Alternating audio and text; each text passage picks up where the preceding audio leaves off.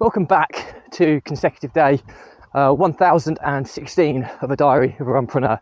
And today I want to talk to you about sales forecasting and how difficult it is to get accurate. So please give this a subscribe, share, like and comment, as the more people we get in front of, the more money we raise on my fundraising mission to save the lives of children by attempting the ultimate ultra marathon. All the information about the challenge and how you can get involved is in the link in the comments below. Thank you as always, and let's get started.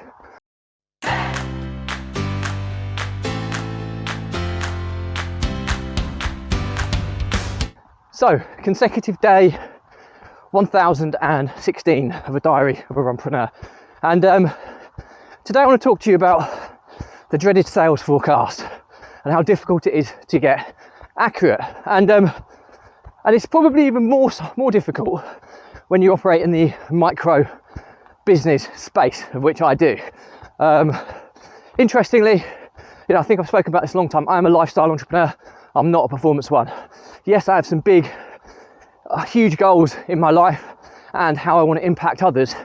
But generally speaking, all of my business activity, excluding my philanthropic activities, I'm definitely more a performance-based philanthropic entrepreneur because I want to change the world in my philanthropic activities. But in my general business activities, I'm definitely more on the lifestyle scale. And what I mean by that is my businesses are there to provide for me, for my family, to achieve the mission that we set ourselves as a micro business that's got the potential to grow.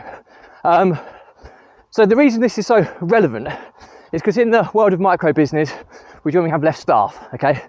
And with less staff, you often have a crossover of roles as opposed to designated specialists in key positions. And today I met with business partner Jack, and the way we set up the business is he was sales and marketing, I was operations and finance. And operations and finance is kind of my bread and butter. It's systems, processes, data, finances, reporting, all that type of stuff, which is so important to run the business. Obviously bringing in people. So I always say the most important things to grow and scale a successful business is systems and processes, people and data. And my role is to put that infrastructure in place. However, Jack's responsibility is sales and marketing. So he's ultimately targeted with hitting numbers that his people that we've recruited between us are there to help him achieve. So for a prime example, our sales revenue is a kind of a strange model because we raise investment to invest in social housing projects which give us and our investors a return. So when we're talking about sales, we're talking about securing investment from investors, and that's so Jack has a team under him. They work on a commission only basis, but they can earn serious money by securing investment for the business and join our mission to house 1 million vulnerable adults, or vulnerable people, sorry, because children included. That's the mission of the business. Now, people might say, oh, well, that's a performance-based entrepreneur goal as opposed to a lifestyle. But 1 million people, although it's a pretty big target, it doesn't really scratch the surface of the underlying issues with vulnerable people and housing. So, although it's a massive target and it will make a difference to 1 million people, it's not going to change the global situation out there. Now, if we get to 1 million people, we'll have a good platform to decide whether we can take this to the next level and genuinely be a performance-based business to kind of find a solution or be heavily involved with a solution to housing and supporting vulnerable people. But that's why I classify myself as a micro business or a lifestyle business. So excuse the diversion there. So the problem we often face is that it's always balancing up supply and demand, and quite often we'll be in positions where we get offered too much investment and we don't have enough social housing projects to utilise that money for, so we have to manage investors' expectations that, oh, well, yeah, thank you, but we're just waiting for the next project to come aboard before we can utilise your funds. And in scenarios like today, where we have lots of new projects, social housing projects that require investment but not enough investment. So it's really, really difficult getting that balance. So sales forecasting becomes incredibly important so that we can try and manage that supply and demand element of the business. And it's quite difficult because Jack is in charge of that, and he's got a team of people who are obviously updating a master pipeline alongside with Jack's leads, and we try and factor in target date of securing the funds and the percentage likelihood and whose person's responsible for it, who's the investor, all this type of thing. So it's a very basic level CRM. We used to use Asana for this, but because a lot of Jack has quite a high turnover of sales staff, so rather than train them up on more complex project management or CRM based management software like Asana or something like HubSpot or something like that, which is more CRM based, it's far easier for getting people to utilize a simple Google Sheet for the early stages. So we may migrate into a more CRM based sales pipeline based software, but we've found there's been quite a lot of resistance to utilizing new software for our new starters, hence using a spreadsheet for now.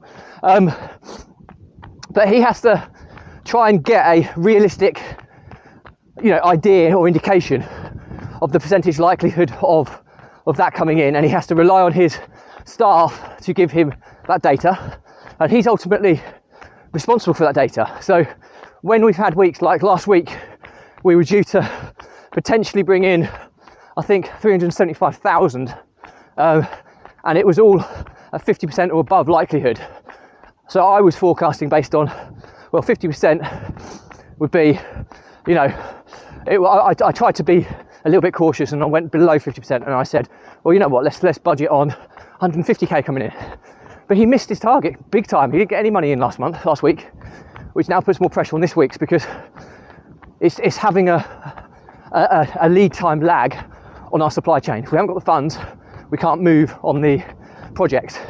So it's quite challenging to get accurate. And I think the challenge is today I've been trying to help Jack. I mean, I've done forecasting before. I'm pretty good at it. I'm not the best by any stretch, but I think the difference is he often comes from an over-egging background where he will often be incredibly optimistic with what he's going to achieve, whereas I would be far more cautious, and I would almost forecast based on, I would try and give indications on worst case, medium case and kind of stretch case scenarios. So between those three data sets, you can kind of get a more accurate indication of what's going to happen. And so that's what I've been working with him today. Now, I'm no expert in sales forecasting or pipeline management myself, so it's something that he's going to have to work with. But more kind of small to medium sized businesses would generally have designated sales directors with experience in doing this. Micro business owners, myself and Jack, we split the business into two halves, and we have our areas of responsibility, and quite often we're pulling upon or trying to learn new areas. I mean, I'm fairly fortunate. Operations and finance I've been doing for a long time, so I'm pretty systematic, very process orientated. I can outsource pretty effectively, so my stuff is working pretty well. So now I'm actually jumping into sales and marketing to see if I can try and help support him with some reporting, protocols and some kind of systems and processes elements to it to help him manage his team more effectively. But it's a critical part of the business. If you can be good at forecasting, it takes all the stress, or a significant proportion of stress, of business growth away. If you're struggling to forecast accurately, it just means that you're working through fog or haze. You can't see the direction clearly enough.